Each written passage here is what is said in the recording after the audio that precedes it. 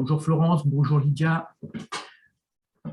Bonjour à tous. Les participants à ce webinaire commencent à se loguer petit à petit sur le webinaire. On va attendre quelques minutes, le temps que tout le monde commence à rentrer dans la salle de ce webinaire. Merci à tous d'être présents et ce webinaire va démarrer très rapidement. Voilà, nous avons déjà une quinzaine de participants dans ce webinaire. On attend encore quelques minutes.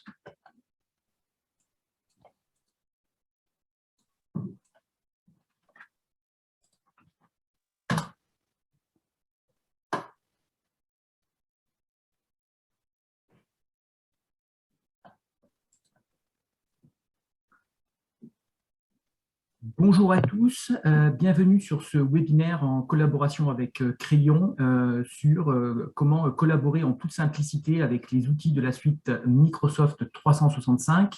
Il y a quelques personnes qui sont encore en train d'arriver sur le webinaire, donc je vous propose d'attendre encore une petite minute pour que tout le monde puisse participer à ce webinaire. On attend encore un petit peu.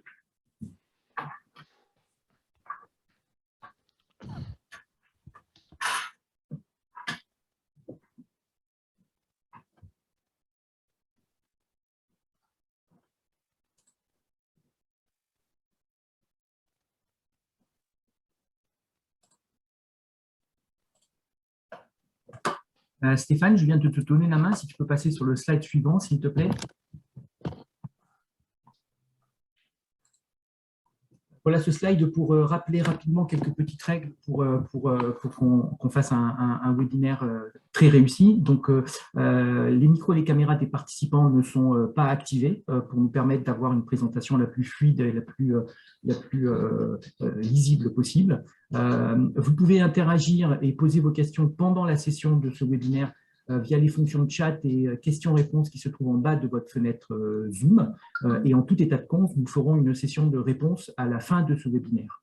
Ce webinaire est enregistré avec le chat et les questions, et le lien de consultation de ce replay vous seront envoyés prochainement, dans les prochains jours, ainsi que la présentation du webinaire. Pendant le webinaire, nous réaliserons un petit sondage. Donc, par avance, merci d'y participer. Et puis, ce webinaire sera suivi d'un questionnaire. Vous pourrez y répondre soit directement à l'issue du webinaire, soit à travers le lien qui vous sera envoyé dès demain. Merci par avance là également de votre participation sur ce questionnaire. Ça nous permet d'améliorer la qualité de nos services, de nos produits et bien sûr de nos communications.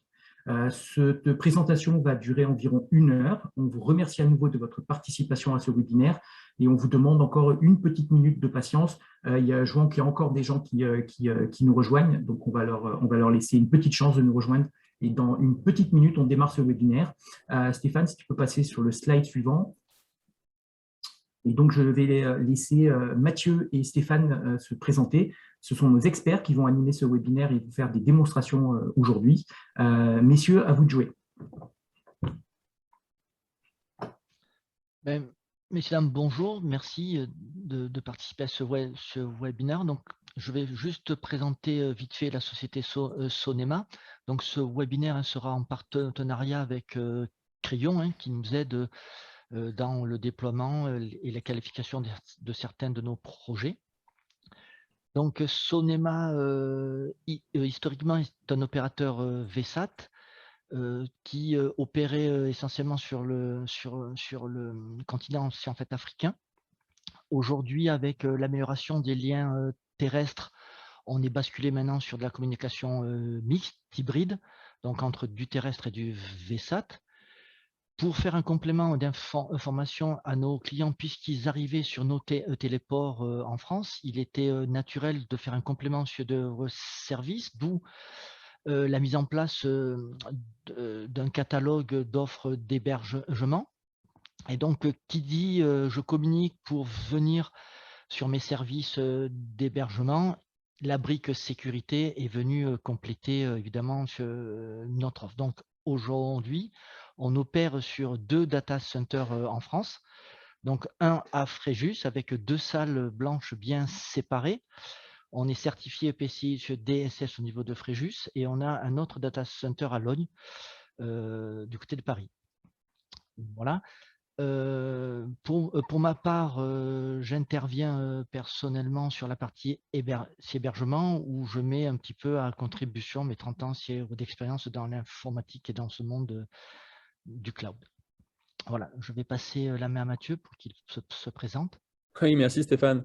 Donc, Mathieu Mbrado de Crayon France. Donc, Crayon, on est un groupe international présent dans 35 pays dans le monde, plus de 3200 personnes, sur les solutions, spécialisées sur les solutions cloud et l'optimisation de coûts. Donc, nous intervenons avec Microsoft, Google, AWS et nos différents partenaires sur l'architecture des solutions.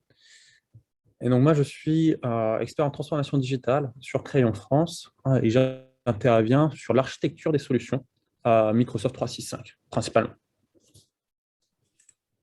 Très bien, merci. Alors, un petit premier slide pour faire un constat donc, sur les produits qu'on va vous présenter. Donc, la suite Office 365, maintenant, ça fait une dizaine d'années que Microsoft a commencé à lancer ce produit. On s'aperçoit qu'aujourd'hui, il y a une forte adhérence, une forte adhésion à ces produits. Les événements ont fait en sorte que le besoin en collaboration devient de plus en plus fort. Donc, ils ont mis vraiment beaucoup de moyens parce que c'est vraiment le fer de lance aujourd'hui chez Microsoft. On verra un petit peu plus tard que Office 365, maintenant, avant, il y avait les deux produits en parallèle, Office 365 et M365, Microsoft 365. On verra un petit peu plus tard qu'aujourd'hui, s'il y a tendance à voir disparaître Office au profit de Microsoft 365. Mais ça, c'est quelques chiffres pour vous montrer que vraiment, c'est un produit qui monte de plus en plus. Donc, là, pour faire c'est la distinction entre Office 365 et Microsoft 365. Office 365, au départ, c'était un petit peu la suite du pack Office que l'on a connu, pour ceux qui sont un petit peu plus anciens, sur lequel ils ont rajouté des outils collaboratifs.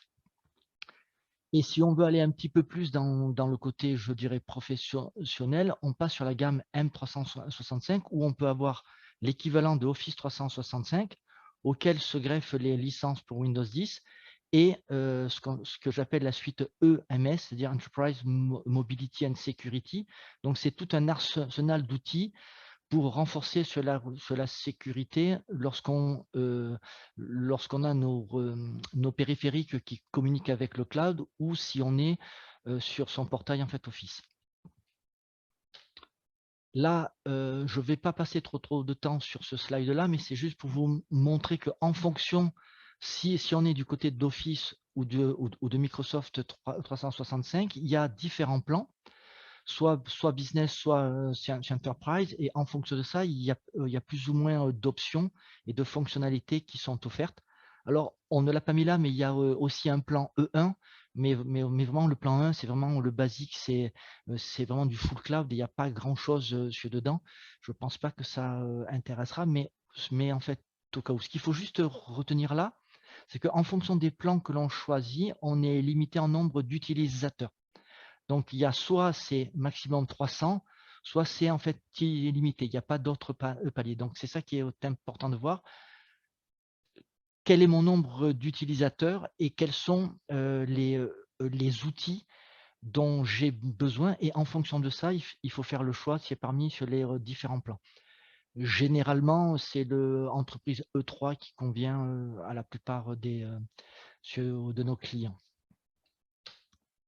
Donc là, on en a déjà discuté. Donc, Office 365, c'est vraiment la collaboration qui est au cœur du sujet. Flexibilité, connectivité, interopérabilité, gain de temps, productivité, centralisation de l'information avec un tas d'outils de communication. C'est vraiment et c'est multiplateforme, c'est-à-dire sur aussi bien smartphone, tablette, PC, Mac, OS ou Windows. Là, c'est pour vous montrer un petit peu autour d'Office 365, tous les fameux outils dont je vous parlais ici, donc avec les différentes gammes dont on parlait, les fameux plans. Donc, je ne vais pas m'étendre là sur Teams, SharePoint ou OneDrive, puisqu'on en parle un petit peu après, mais quelques exemples parmi la panoplie des outils fournis avec le compte Office. Donc, on a, mettons, Yammer, qui est un peu l'équivalent de Teams, mais pour les grosses organisations, mais vraiment très importantes. Il y a un petit outil, là, Sway. C'est un outil qui permet de diffuser du contenu. Donc, ça peut être intéressant, des images, des vidéos. Ça peut faire des panneaux d'affichage où en fait, on déroule de l'information. L'outil Delve est bien aussi parce que, comme je vous disais, dès que vous avez un abonnement à Office 365 ou Microsoft 365, vous avez un compte dans office.com. Et cet outil-là permet de personnaliser son profil afin d'avoir des remontées un peu plus pertinentes, soit sur le monde Office, soit sur autre chose. C'est un petit peu sur les tags à la Google, en fait. C'est en fonction de comment on paramètre son dev, eh bien, j'aurai de l'information plus fine qui m'arrivera plutôt que des informations qui ne m'intéressent pas. Je vais prendre encore l'exemple de Planner. Alors, chez Planner, si vous voulez, pour ceux qui connaissent Project, donc c'est un Project Lite. Ça permet de faire de la planification de projets, si et de tâches. Bon, on retrouve le Publisher que l'on connaissait aussi dans la suite Office. Bon, je ne m'étendrai pas plus, mais tout ça pour vous dire que au travers de cette suite Office au Microsoft 365, il y a vraiment beaucoup d'outils qui viennent se greffer autour. Une petite question sur en fait Exchange. Donc, pourquoi Exchange? Que il faut bien faire la différence entre le serveur Exchange, donc c'est le produit Exchange, c'est le serveur qui permet de délivrer et de gérer les mails, du client mail. Donc généralement dans une suite Office, il y a le surtout qui est le client mail. Donc à ne pas confondre avec le serveur mail, parce qu'on peut très bien avoir un serveur Zimbra qui serait le serveur de mail, mais je peux très bien aller avec mon notebook taper dans le serveur Zimbra. Alors pourquoi je vous parle d'en fait Exchange? Parce que jusqu'aux versions 2013, 2016 encore, bien que 2016 ça commence à être juste, mais dès la version 2019, les prérequis de Microsoft sont tels que il paraît compliqué aujourd'hui de garder les serveurs de mail en on-premise. Donc c'est pour ça que il est intéressant de garder à l'esprit le jour où vous voulez monter de version au niveau d'Exchange, de commencer à regarder comment il est possible de faire la migration vers le cloud d'Exchange, soit un full cloud, hein, soit sur un mode mix. Hein. On peut garder une partie d'un serveur en on-premise et le reste dans le monde cloud. Donc, il y a trois grandes familles pour ça hein, par rapport en fait Exchange. La première, c'est en fait Exchange Online, où là, c'est full web. Hein. On ne peut pas avoir le produit sur local. Et après, il y a les deux autres déclinaisons en fonction de cette déclinaison-là. C'est comme je l'expliquais tout à l'heure avec les plans. Il y a plus ou moins d'options, d'outils et de fonctionnalités. SharePoint, alors, SharePoint, c'est vraiment un outil hyper puissant qui va toujours pareil hein, dans l'esprit de collaboration et de centralisation de l'information. Donc SharePoint, on peut l'utiliser de plein de façons, ou la manière la plus simple. Si on ne connaît rien sur la base de données qui est sous-jacente à ce produit-là, parce que derrière un déploiement SharePoint, il y a forcément une base de données en SQL. Donc, si on ne connaît rien sur un SQL, le modèle entité association peut se déployer automatiquement. Il n'y a rien à faire. Donc, on peut se servir de SharePoint très simplement. Une page sous forme de tableau, hein, de colonnes lignes avec des liens. Donc, ça permet de centraliser de l'information avec des filtres en un seul point commun. On peut monter un peu plus si en gamme, on peut même transformer ces fameux au tableau de partage d'informations, ça peut même se transformer en GED, donc une gestion électronique des documents, donc qui est parfois un peu, c'est compliqué dans les entreprises, mais ce produit-là permet de faire ça très très bien. Et on peut même aller encore plus haut, on peut carrément créer un site web à base de SharePoint, diffusion de contenu, liens interactifs, hypertexte, etc. Donc c'est vraiment un produit on peut s'en servir simplement, mais on peut faire énormément de choses avec, évidemment. Plus on va aller vers de la complexité, plus je pense qu'il est intéressant de maîtriser aussi la base de données en dessous, parce que si on laisse tout faire en automatique avec les assistants, après la maintenance et l'optimisation sur des requêtes, etc., c'est plus complexe. Voilà, donc c'est soit on veut faire des choses simples, c'est très bien, mais on peut aussi aller sur du très compliqué. Donc, à retenir ce produit-là qui peut aussi s'intégrer évidemment dans Teams, puisque tout tourne autour de là. On a un petit produit aussi qui s'appelle OneNote, qui n'est pas très connu et je trouve ça dommage. Ça permet, pareil, lorsqu'on organise des réunions au travers de Teams, on peut centraliser l'ordre du jour de la réunion.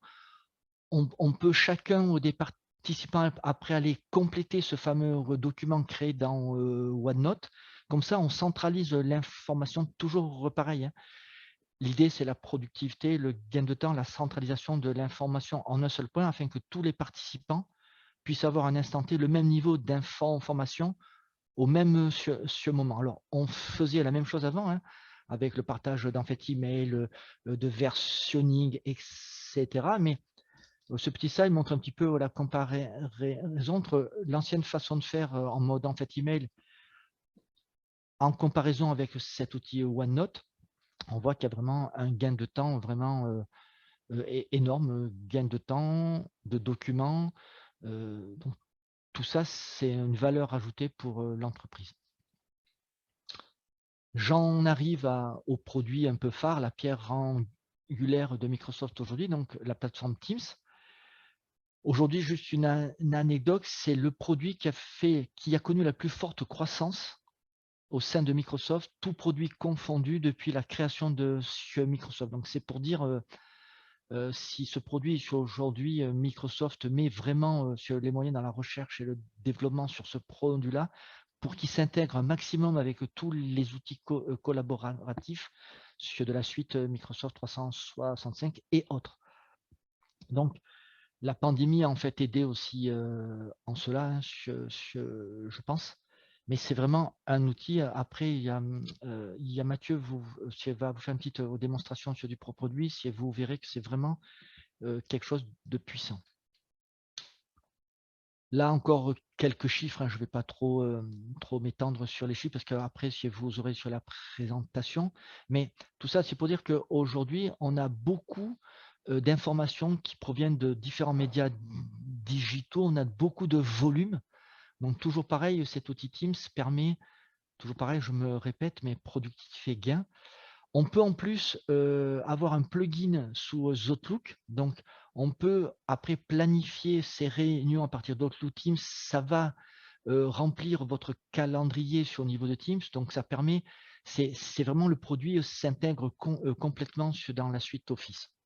En plus, je crois que aujourd'hui, de plus en plus de gens ont trouvé une appétence pour le télétravail et ce genre d'outils-là facilite grandement les réunions, le contact, le partage d'écran.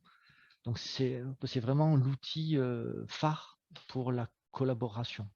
Là, un petit slide qui résume un petit peu les différents points forts de Teams, hein, comme je l'ai dit, donc productivité, traçabilité, sur gain de temps. Donc, si on gagne sur du temps, si on réduit les cycles de décision, les réunions sont plus faciles à faire. On peut être dans des multisites sur le même instant. Ça fluidifie le partage de l'information. Et je crois que ça permet les outils ont montré pendant les confinements que grâce à ces outils-là, on a pu tous rester interconnectés entre nous. Et c'est vraiment hyper important, je pense. Donc là, je vais passer à la démonstration de Teams. Donc, je vais passer la main à Mathieu. Oui, merci. Alors, il faudrait juste que je récupère aussi les droits de Oui, on va te présentation. passer la main. Merci.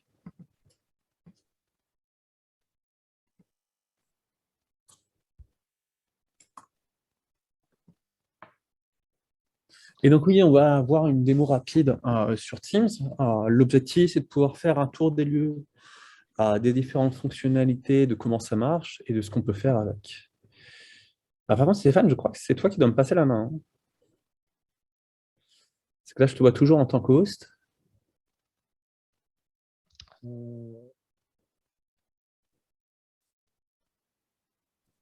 Stéphane, c'était Castin, c'est à toi de passer la main. Je viens de le récupérer pour lui, ça y est, super. Ok. Hop, alors, pardon. Partager, reprendre le contrôle, écran numéro 1, partager, et c'est parti. Super, vous devrez pouvoir voir mon écran. Et donc oui, on va commencer avec Teams. Hop. Et donc oui, alors comme l'a dit Stéphane, vraiment, l'objectif de Teams et l'objectif de Microsoft derrière Teams, en fait, c'est de positionner Teams en tant que plateforme cœur au sein des services Microsoft 365, Office 365. C'est-à-dire que Microsoft a cet immense écosystème d'applications dans tous les sens, qui sont compris en fait dans vos licences Office 365. Donc, Stéphane en a listé quand même beaucoup tout à l'heure, Planner, Stream, Delve, Publisher, etc., etc., Yammer et tout. Et de manière à éviter en fait que les utilisateurs aillent à naviguer entre 36 applications différentes dans leur quotidien, Microsoft a positionné Teams qui va leur donner un portail qui va permettre de contenir en fait toutes les fonctionnalités, tous les usages de ces applications-là sur une interface unique. Alors, je dis toutes les fonctionnalités, excusez-moi, on va dire la majorité des fonctionnalités qu'on va utiliser tous les jours.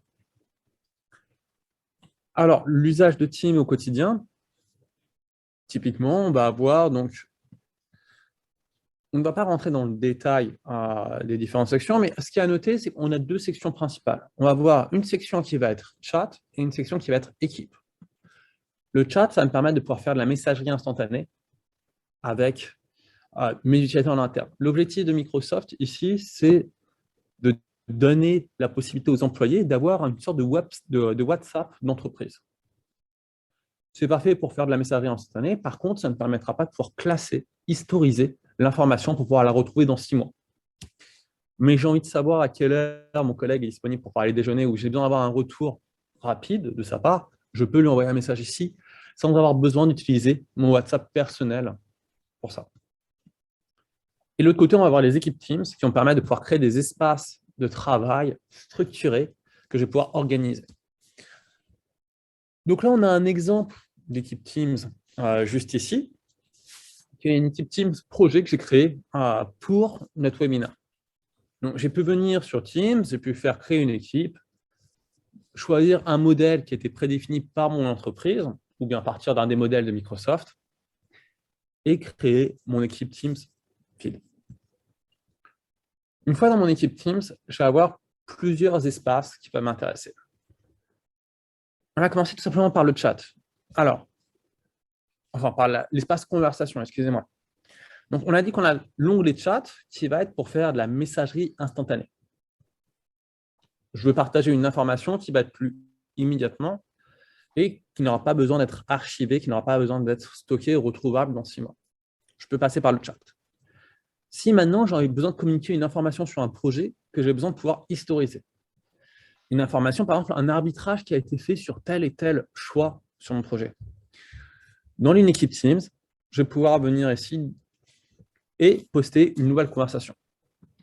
Donc là, on se retrouve sur le même modèle en fait, que sur les forums, où on peut avoir plusieurs sujets de conversation qui vont être listés les uns sous les autres avec des réponses à chacun de ces sujets-là. Donc, je vais pouvoir venir ici et je vais pouvoir cibler une ou plusieurs personnes. Si je m'adresse explicitement à Lee, je vais pouvoir venir ici, je vais faire un @Lee, OK pour le deal total, par exemple, enfin, interrogation. Et là, ainsi, Lee sera notifié explicitement. C'est-à-dire que tout le monde au sein du projet pourra voir.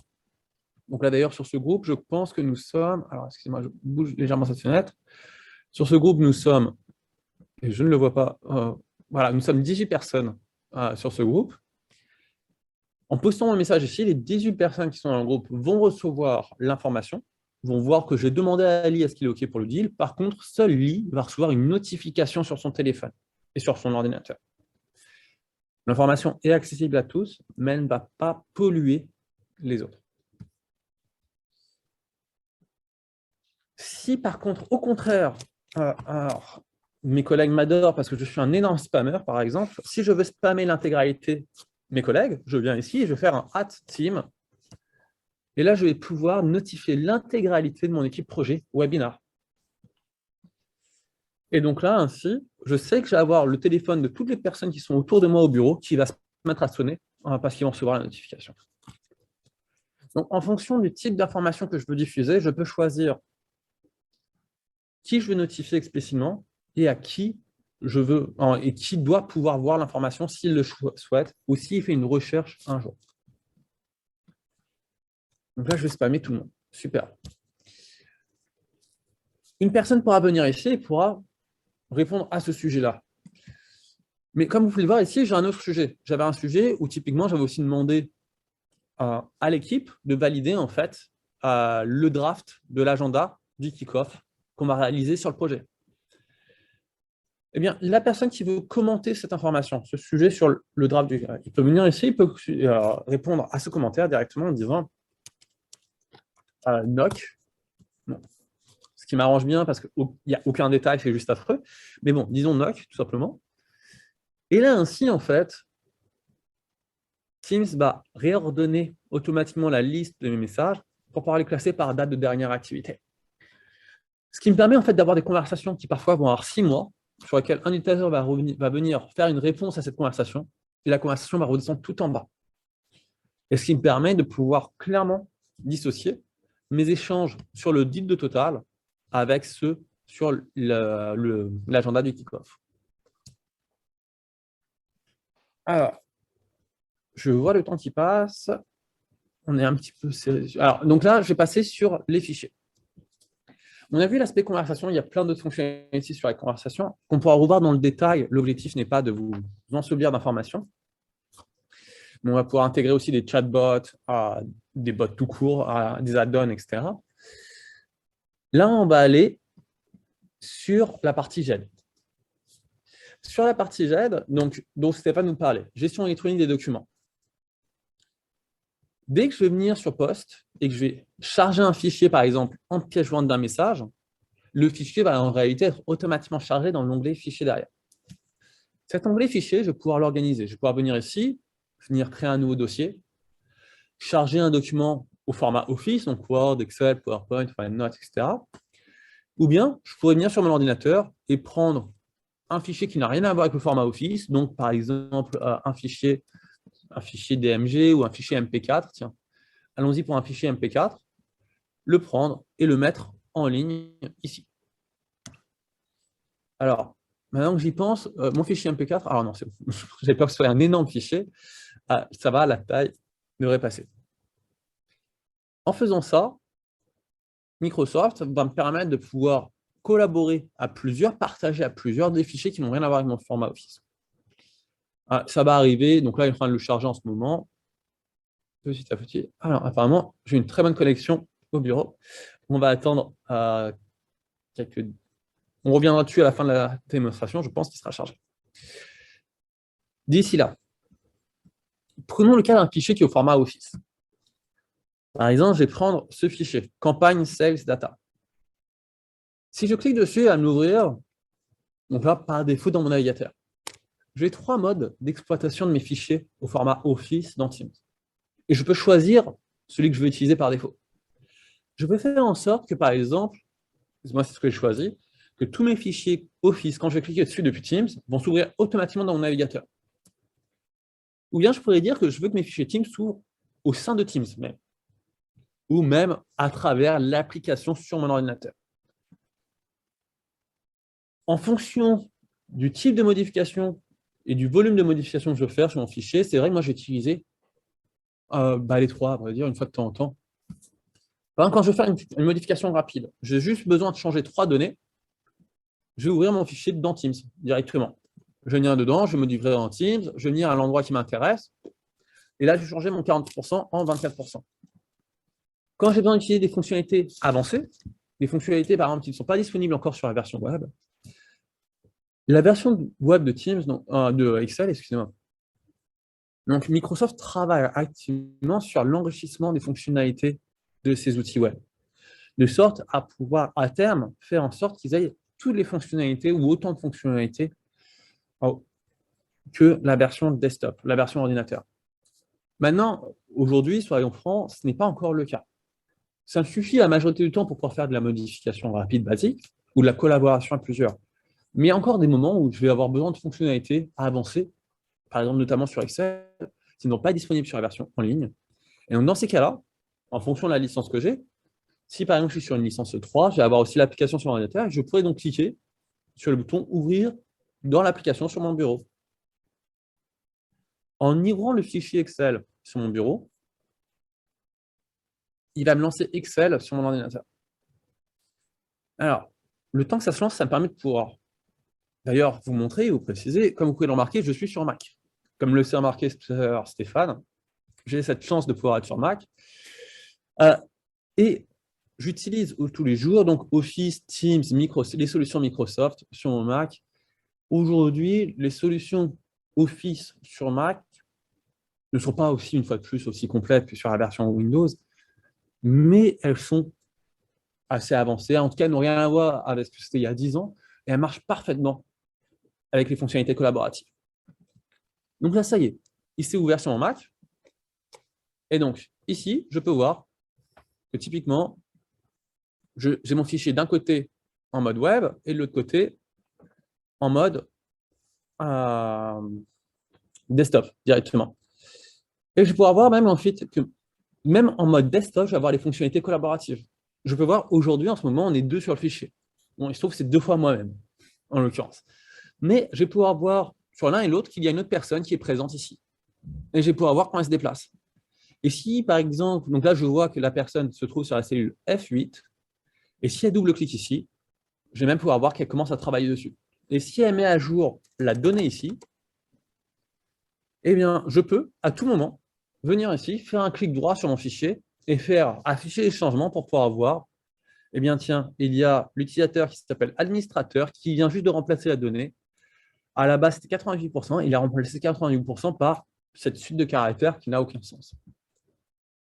Je précise aussi rapidement, et je me rends compte à l'instant, j'en suis désolé, il se trouve que je suis sur un domaine de démonstration qui est en anglais.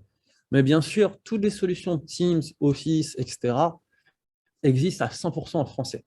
Bon, là, c'est juste un problème de configuration sur mon domaine de démonstration.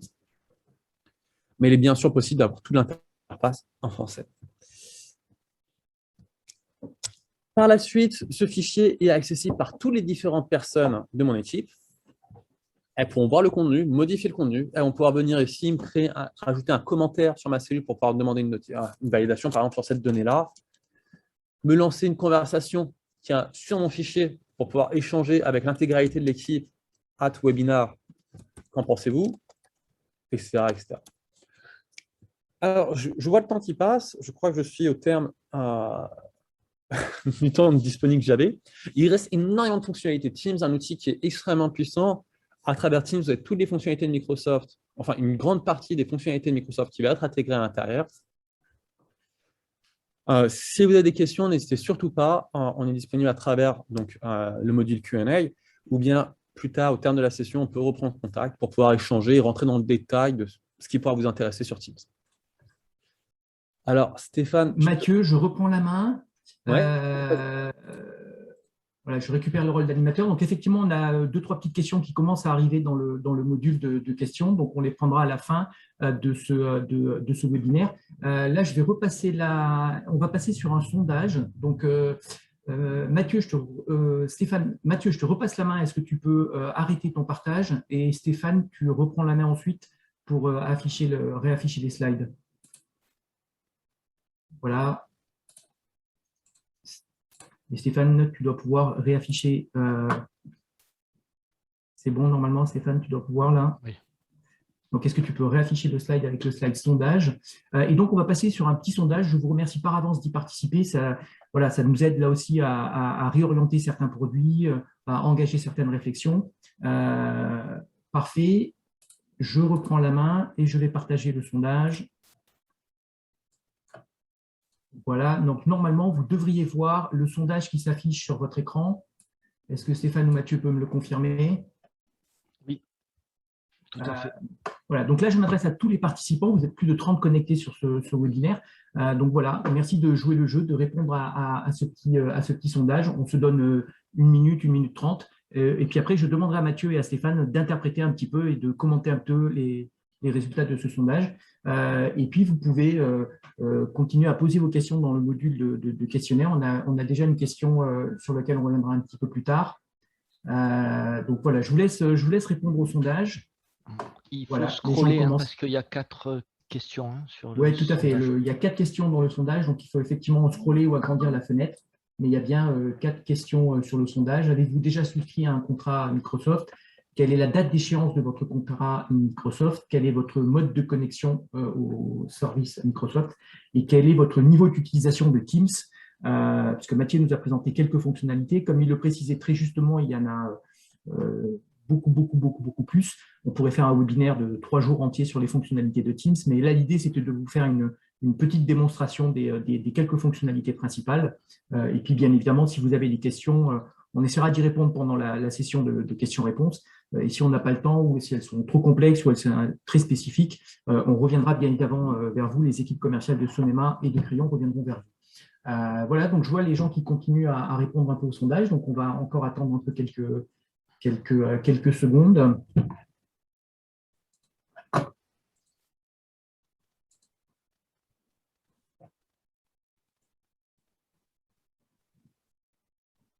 Allez, je vous donne encore 20 secondes pour répondre aux 4 questions du sondage et puis on passe à l'interprétation par Stéphane et Mathieu.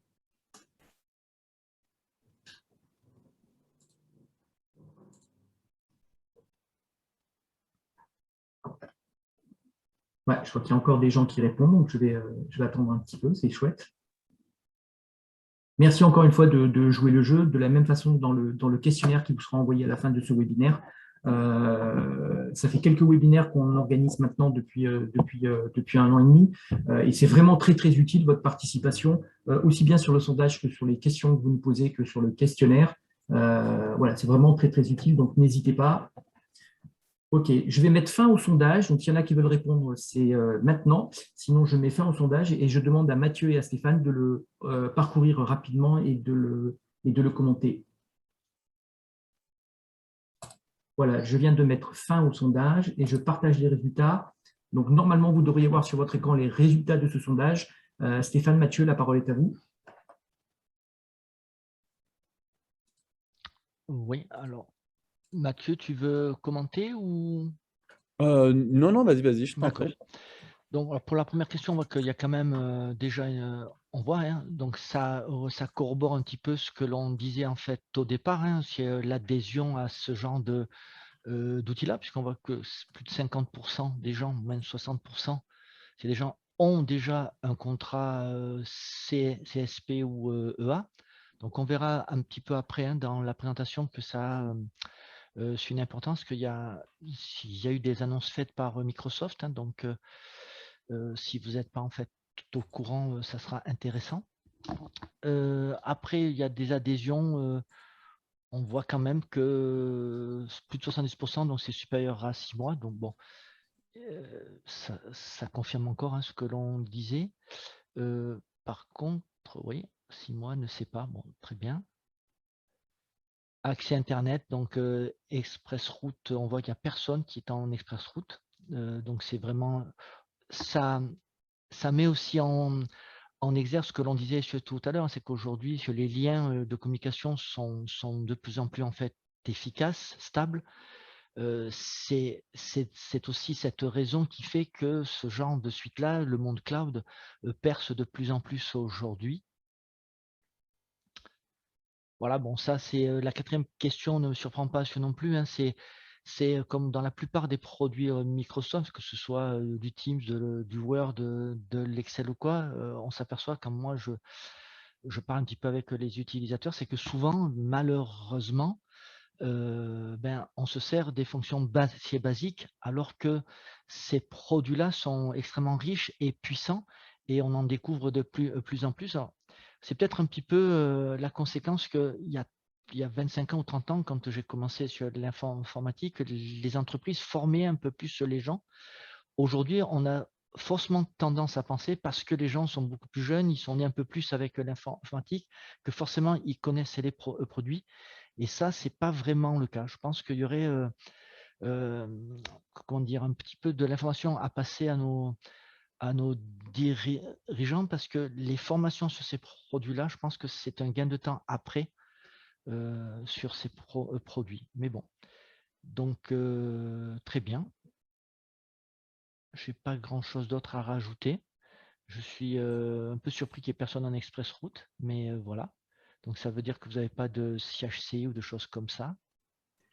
Stéphane, merci beaucoup de cette interprétation. Je vous propose de poursuivre le webinaire. Donc Stéphane, normalement, tu as la main. À toi de jouer. Donc, je ferme la page du sondage. Voilà. Donc là, c'était juste une petite slide pour faire un petit focus sur une partie de notre catalogue par rapport au sujet ce dont on parle aujourd'hui. Donc, avec notre partenaire Crayon, on peut vous accompagner sur la migration d'Enfait Exchange, ce dont je parlais tout à l'heure.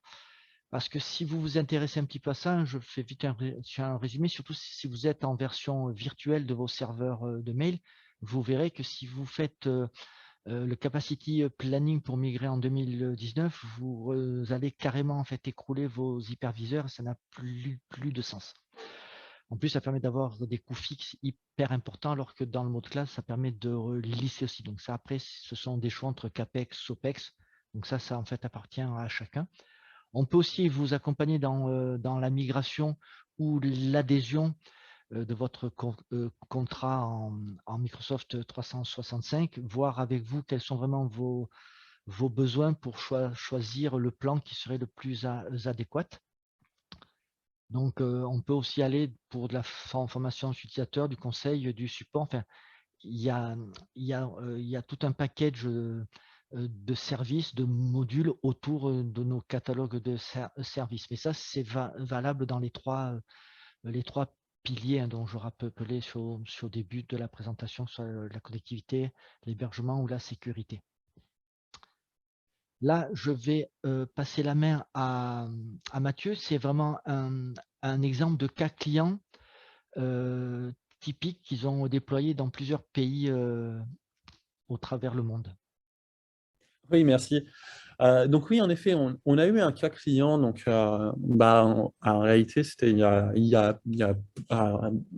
excusez-moi, je perds mes mots. Il y a à peine quelques mois, en fait, par rapport à la situation sanitaire, en fait, avec le Covid, le confinement, on a eu le cas d'une banque française qui a plusieurs millions de clients, qui est présent un petit peu partout, en fait, en France, en Europe et dans le monde. Et donc, qui, à travers donc, la situation sanitaire, s'est retrouvé en plein confinement à devoir déployer en fait, des solutions de collaboration pour pouvoir permettre aux collaborateurs de continuer en fait, à travailler de chez eux. Et donc, ils l'ont déployé en mode débrouille, bien sûr, en mode débrouille dans l'urgence, et ils sont venus nous voir pour pouvoir nous accompagner, pour pouvoir nous demander en fait, de les accompagner sur justement l'homogénéisation et la sécurisation en fait, de cette plateforme-là. Donc, ils avaient quelques problématiques. La première, en fait, c'était de réussir à trouver donc, une solution qui leur permettait de pouvoir collaborer et d'accéder en fait, aux différentes ressources de l'entreprise, donc ressources avec ces problématiques de devoir garder en fait, ces ressources sur le sol français, notamment, en fonction du type de données. Et ils avaient aussi une autre problématique qui avait besoin en fait, d'avoir un outil donc, qui était à part, qui n'avait rien à voir avec le Covid, mais qui était en fait, de manière générale, ils souhaitaient avoir un outil de GED, de gestion électronique des documents, en fait, performant qui pourrait s'intégrer avec leur core banking. Pour pouvoir faire face à ça, donc, Stéphane en a parlé au début de la session, où typiquement, il a commencé à nous dire que l'une des forces de Microsoft par rapport à d'autres solutions collaboratives, c'est le fait que Microsoft est positionné sur les deux tableaux. Microsoft est traditionnellement déjà une solution qu'on pouvait avoir en on-premise, sur site, directement, et ils ont cette nouvelle version online, une nouvelle version qui a déjà plus de 10 ans maintenant, mais cette version online, qui les deux peuvent s'intégrer parfaitement ensemble.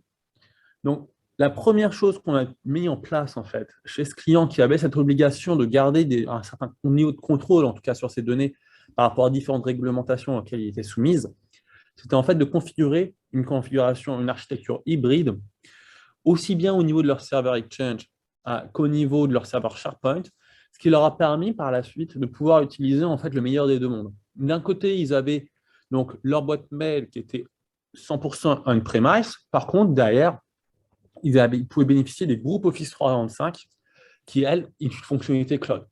De l'autre côté, ils allaient avoir SharePoint avec des fermes de serveurs SharePoint sur site. Donc, s'il est ici des différentes agences qui avaient des problèmes de connectivité réseau ou bien qui avaient une problématique de sécurité à assurer, qui allaient pouvoir stocker leurs données, mais qui allaient pouvoir échanger et collaborer, qui allaient pouvoir échanger avec le reste de l'entreprise et surtout qui allaient pouvoir s'intégrer aussi avec une architecture SharePoint online. Et donc, notamment aussi avec Teams, bien sûr. Car ce qu'on n'a pas vu non plus sur la démo, c'est que la partie fichier qu'on avait vu dans Teams, en réalité, c'est SharePoint qui va être derrière. Voilà, donc avec Microsoft, donc sur ce client-là, on a pu réussir en l'espace de quelques mois à progressivement, donc étape par étape, commencer par mettre en place l'hybridation de leur serveur Exchange, l'hybridation de leur serveur SharePoint, la mise en place après de workflows d'automatisation à travers des solutions Power comme la comme PowerPoint Automate, qui, une fois votre SharePoint mis en configuration hybride, peut intervenir aussi bien sur votre architecture sur site que sur votre architecture online. Et ainsi, automatiser une partie des flux, en fait, et de l'intégration avec leur outil de core banking. Très bien. Donc là, c'était l'exemple type de ce dont on vous parle depuis au début, c'est l'interopérabilité de tous les outils, la force de SharePoint dessous et au travers d'un outil qui semble juste un outil de chat, en fait, Teams, mais on peut fédérer toute l'information, faire du workflow. Donc, c'était vraiment en fait important de vous montrer en 5 minutes un cas concret de ce qui a pu être fait avec ces solutions de collaboration. Donc là, attendez, hop, ma souris, voilà. Juste un petit rappel ici, bon, on l'a dit, donc ça fait bien plus de 10 ans que maintenant Microsoft a lancé ces produits-là. Comme toujours, les grands éditeurs sont toujours en train de nous mettre de nouveaux noms. Donc votre contrat, pour ceux qui en avaient là 58% de mémoire, pour ceux qui avaient déjà un contrat CSP, il y a un nouveau nom maintenant, c'est le NCE, New Customer Experiences. L'annonce dont j'avais commencé à vous introduire et qui est hyper importante, c'est que Microsoft a annoncé des hausses de prix importantes. Jusqu'à aujourd'hui, on pouvait très bien avoir un abonnement mensuel ou un abonnement annuel.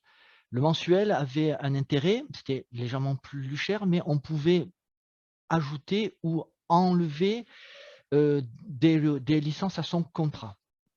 L'annuel, c'est plus contraignant parce que c'est à chaque date anniversaire que l'on peut changer, ou il y a parfois des mécanismes qui permettent, mais il y a parfois des pénalités ou pas, donc c'est un petit peu complexe. Toujours est-il qu'aujourd'hui,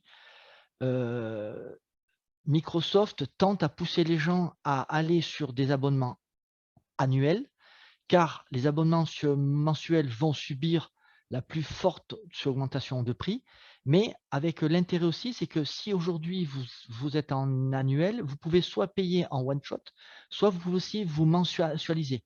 Donc il y a tout intérêt en fait aujourd'hui à passer sur des contrats annuels. Et si votre trésorerie ne le permet pas, ou si vous avez un intérêt à mensualiser, vous pouvez aussi garder l'avantage de la mensualisation chez des anciens ces contrats. Donc, il est important de retenir, c'est pour ça que c'est en gras, il faut que la hausse va intervenir au 1er mars. Donc, si vous avez des contrats à modifier, à migrer ou à adhérer, il est vraiment important de le faire avant le 1er mars, donc nous contacter un petit peu avant pour qu'on puisse débriefer en fait avec vous quelle serait la meilleure manière et quel est le plan ou les outils dont vous avez besoin. Car à partir du 1er mars, la hausse s'applique. Par contre, tous les contrats souscrits avant cette date-là restent dans la gamme de prix qui est actuellement en vigueur. Donc ça, J'insiste encore parce que si vous voyez en fait en rouge sur les hausses de prix, c'est pas en fait anodin, surtout si on a des gros volumes de licences. Voilà, là j'en ai fini avec la présentation. On va passer à une petite séance de questions-réponses. Je te confirme, Steph, effectivement, on passe aux séances de questions-réponses. Donc voilà, on va répondre à vos questions-réponses. Stéphane, si tu peux passer sur le slide suivant et le laisser afficher. Donc, première question, est-ce que les solutions Microsoft 365 peuvent fonctionner sans Internet dans le cas où, dans l'entreprise, les postes ne vont pas sur Internet? Alors, je ne sais pas si c'est Mathieu ou Stéphane. Alors, la réponse est oui, mais encore une fois, ça va dépendre du plan. C'est que on a vu que certains plans sont full cloud, full web, et d'autres, en fonction du niveau de plan que l'on prend, on a la possibilité d'installer les logiciels, ce qu'on appelle en on-premise, c'est-à-dire sur le poste client, être en mode déconnecté et travailler comme on le fait en fait aujourd'hui en installant les logiciels depuis son compte Office. On télécharge et on installe le logiciel sur son PC, son portable, sa tablette, et on peut travailler en mode déconnecté. Mais ça, c'est selon la version du plan que l'on a prise, souscrit. Ok, mais j'espère qu'on a répondu à la question de Nadine qui nous pose une seconde question. Ils ont déjà Exchange en local. Peuvent-ils déployer Exchange 365 de façon partielle, c'est-à-dire en ne migrant qu'une partie des comptes pour tenir compte du fait que tous les postes ne sont pas encore connectés à Internet? Alors ça, c'est ce dont je parlais à un moment donné. Oui, on peut faire un mode mixte, une partie encore des comptes en local, avec un serveur en local, et une partie sur du serveur sur le monde cloud. Par contre, il est clair que les champs MX doivent être communs en fait aux deux. Voilà, mais oui, c'est possible. Ok. J'ai une question complémentaire. Est-ce que Microsoft 365 n'est-il pas trop volumineux à déployer en termes de capacité sur les systèmes? C'est une question de Charles qui peut peut-être éventuellement me la préciser dans le chat ou dans le formulaire si ce n'est pas clair. Peut-être pour Mathieu la réponse? Oui, pardon. Est-ce que M365 n'est pas trop volumineux à déployer sur des systèmes? Alors là-dessus, ça dépend en fait de la section de M365 dont on parle. Donc typiquement, si c'est sur la suite Office 365, si c'est sur la suite Office en tant que telle, donc, elle fait le même poids en fait que traditionnellement. Et là-dessus, on peut personnaliser le package de déploiement pour pouvoir faire en sorte que typiquement, d'avoir que les logiciels qui nous intéressent. Maintenant, si c'est par exemple la consommation de la bande passante en fait sur le réseau local ou Internet du système, enfin du système réseau, donc là-dessus aussi, on va pouvoir plafonner et on va pouvoir mettre en fait aussi du QoS pour pouvoir ajuster en fait la consommation réseau qu'on voudra autoriser ou non. Je ne sais pas si ça répond à votre question. Stéphane, tu veux préciser? Ouais, non, là j'étais. Alors, je suis un peu. Mon ordinateur, il ne suit pas, mais je voulais vous dire à peu près quelle était la taille, moi, de mon Microsoft aujourd'hui. Si j'arrive vite fait à le trouver, parce que j'ai 50 000 programmes, j'avoue que ça m'a un peu. Je ne m'attendais pas à cette question-là, mais globalement, on reste dans la même taille. Alors, bon, c'est sûr que il n'y a pas eu une grande différence entre la version précédente qui était la 2014, je crois, la dernière Office, avec celle M365. Non, il n'y a pas vraiment de grosses différences. Là, j'arrive pas à le trouver. Microsoft, il y en a 50 000. Non, non, il n'y a pas de différence entre les deux. Enfin, la différence principale, c'est par contre le package de base comprend plus de solutions. Donc, il va comprendre en plus OneDrive, il va comprendre en plus Teams, etc., etc. Et ça, si on les retire en fait du package en se faisant un fichier de déploiement personnalisé, ça permet de déployer exactement ce qu'on veut dessus sur l'ordinateur sans affecter la taille. Alors, là, je vous ai fait une fausse joie parce qu'évidemment, c'est la seule application où ils ne mettent pas si c'est la taille sur disque. J'ai la version, mais je n'ai pas la taille. Bon. Mais par contre, ce que je puis dire pour avoir participé au déploiement, c'est que lorsque vous êtes l'administrateur de votre compte Office, donc en fonction des licences que vous avez souscrites sur votre plan, vous affectez aux différents utilisateurs les différents logiciels que vous souhaitez. Vous pouvez, sur votre compte Office, faire des groupes. Donc, vous pouvez aussi savoir, vous pouvez faire des groupes par mettons, la comptabilité, en fait, R&D, l'informatique. Donc, vous pouvez aussi connaître quels sont les services qui vont consommer plus ou moins de relicence, peut-être pour après refacturer des coûts en interne, parce que dans certaines sociétés, je sais que ça se pratique. Mais à partir de ce portail Office-là, si vous expliquez bien aux gens, les gens peuvent eux-mêmes se télécharger et déployer l'application toute seule à partir de leur portail Office. Alors après, vous avez la possibilité de faire lorsque vous avez un compte Office, normalement, il y a un login et un password dédié à votre compte office.com. Par contre, vous avez aussi un AD, si en local. Donc, vous avez un autre compte et un autre login. Par contre, selon comment vous allez paramétrer votre AD Connect entre votre AD on-premise et l'AD sur du cloud, vous pouvez mettre en place des processus qu'on appelle en fait SSO, donc automatiquement au travers de votre login et password de votre entreprise, de manière cryptée. Donc, ça veut dire que l'AD de Microsoft ne verra jamais si elle est password en clair. Par contre, il n'y aura pas besoin d'avoir un login et mot de passe différent entre votre compte local de votre entreprise, de votre domaine et le compte Office, ce qui fait que les gens iront naturellement se connecter sur le portail office.com de Microsoft, tout comme un autre site. Ils iront sur l'onglet installation des applications et à partir de là, s'affichera l'ensemble des applicatifs dont vous aurez donné l'accès et ils les installeront naturellement en local, sans problème. Ok. Alors, du coup, les questions s'enchaînent. Tu as parlé tout à l'heure, Stéphane, des différents plans de licence. J'ai 3-4 questions qui viennent d'arriver. Donc, voilà, essayez d'y répondre de façon assez brève. Comment choisir le bon plan de licence M365?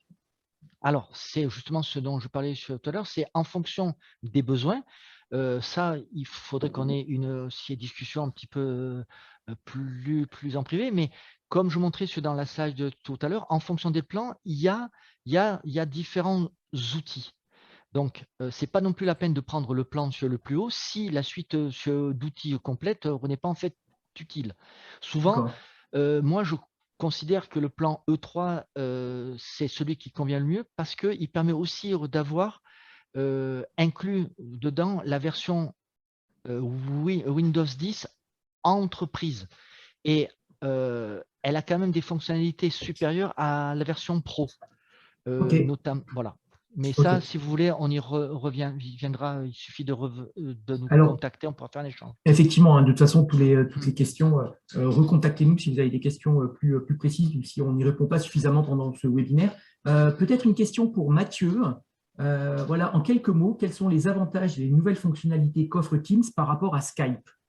Alors, je dirais les avantages principaux, ça va être toute la partie collaboration. Donc, Skype, qui était vraiment purement pour la partie communication, donc chat, appel à appel. Teams va permettre d'avoir la GED en plus, va permettre d'intégrer les réseaux sociaux d'entreprise avec Yammer, va permettre de pouvoir avoir des chatbots, etc., ainsi que les tableaux blancs sur la partie, enfin les tableaux blancs collaboratifs. Donc Skype n'est plus mis à jour. Alors, excusez-moi, n'est pas plus mis à jour, mais en tout cas, il n'y a plus de développement d'innovation qui vont être mis sur Skype. Microsoft concentre vraiment ses efforts aujourd'hui sur Teams. Maintenant, si besoin, si typiquement besoin d'avoir un serveur Skype for Business en premise, donc sur site, par rapport à des problèmes de connectivité pour pouvoir permettre une connexion interne, il est possible de pouvoir mettre un serveur Skype for Business en mode hybride pour permettre une interopérabilité entre Skype for Business et Teams. Ok, j'espère qu'on a répondu à la question de Kyria qui nous demandait ces avantages et ces nouvelles fonctionnalités. Une autre question également, alors peut-être plus pour Stéphane cette fois. Peut-on connaître le lieu d'hébergement de nos données quand on utilise les outils M365? Non. Est-ce qu'on a la possibilité de connaître et de savoir où sont hébergées nos données? Non, sur Microsoft 365, non, on ne peut pas savoir. C'est Microsoft place les informations au bon lui sent. Alors, c'est clair qu'il va se rapprocher de la plaque géographique la plus proche parce que lorsque vous déclarez un compte, vous avez une localité de votre entreprise, mais on ne peut pas savoir, en tout cas avec les outils Microsoft 365, où sont hébergées les données. Voilà. Mais comme tu as dit, par contre, en effet, on a la plaque, et notamment, par exemple, pour les clients européens, avec une adresse de facturation européenne, on a l'engagement qu'on voit service par service sur quelle région géographique les données vont être stockées.